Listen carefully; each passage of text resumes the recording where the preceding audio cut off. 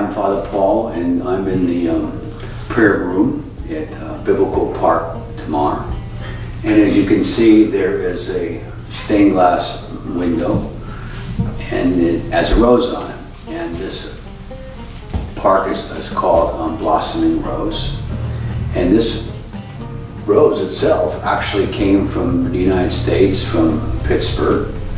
And if some of you could remember, way back in the latter part of the 60s and early 70s, there was a revival that took place called the Charismatic Revival, and the Catholic part of it took place in Pittsburgh out of Duquesne University. So it's kind of unique that from Pittsburgh, this rose has come and was established in this prayer chapel here in the Negev, in the lower part of the desert, just below the Dead Sea. It's about an hour below the Dead Sea, and there's a little place here that's has caravans or trailers, as we would call them, very primitive style living. But it's here that in this park there's so much history of what has transpired through the Bible. The sons of Abraham were here. And even when Moses was directed out of Egypt and the children of Israel came up here, a period of time when the Romans had a fortress here. Also, there was a period of time when the Ottoman Empire had a fortress here. So there's just a lot of history here. And today in Biblical Park tomorrow, it's kind of a melting pot, if you will, because that's kind of what Pittsburgh was all about, was a melting pot of all ethnic groups coming together. And there's just so many people that come here from all parts of the world. I'm speaking about the land of Israel, and make a migration down here and able to see this southern fortress. And if you go farther south, about 2 hours, you'll see Egypt, where they came out of, and so we're so close to that we just thank the Lord that we could have this opportunity to be able to spend some quality prayer time here and some training on biblical history. We're going to kind of take a walk around the park, and so we can see some of the things. There's also some exhibits here.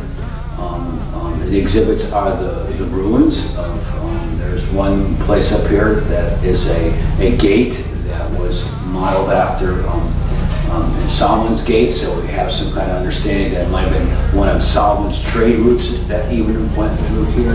Then of course the Roman fortress and the Roman bath. Also there is one of the oldest, considered one of the oldest trees, if not the oldest tree in Israel, that's been here for years. Up on the Tell is a bomb shelter that the British built way back then, and a house that they had up there. And each of those have exhibits on what happened in the land and the history of the land, from the Balfour Agreement, Accord actually, and to this modern day, and the presidents of Israel and the prime ministers of Israel and the men and women that helped form Israel to the nation that it is right now.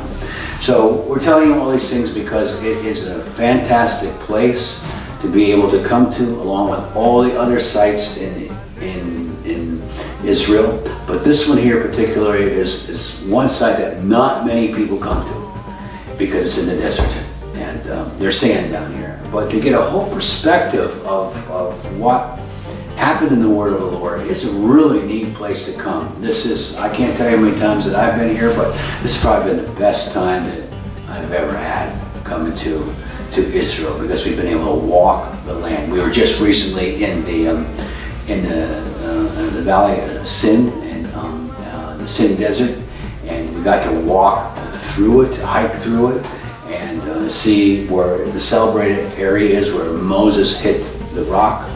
And just imagine all of the tribes living in the desert like this. I can't even imagine how they did it. And you could see that some of the passes was the only way to get up over the mountains.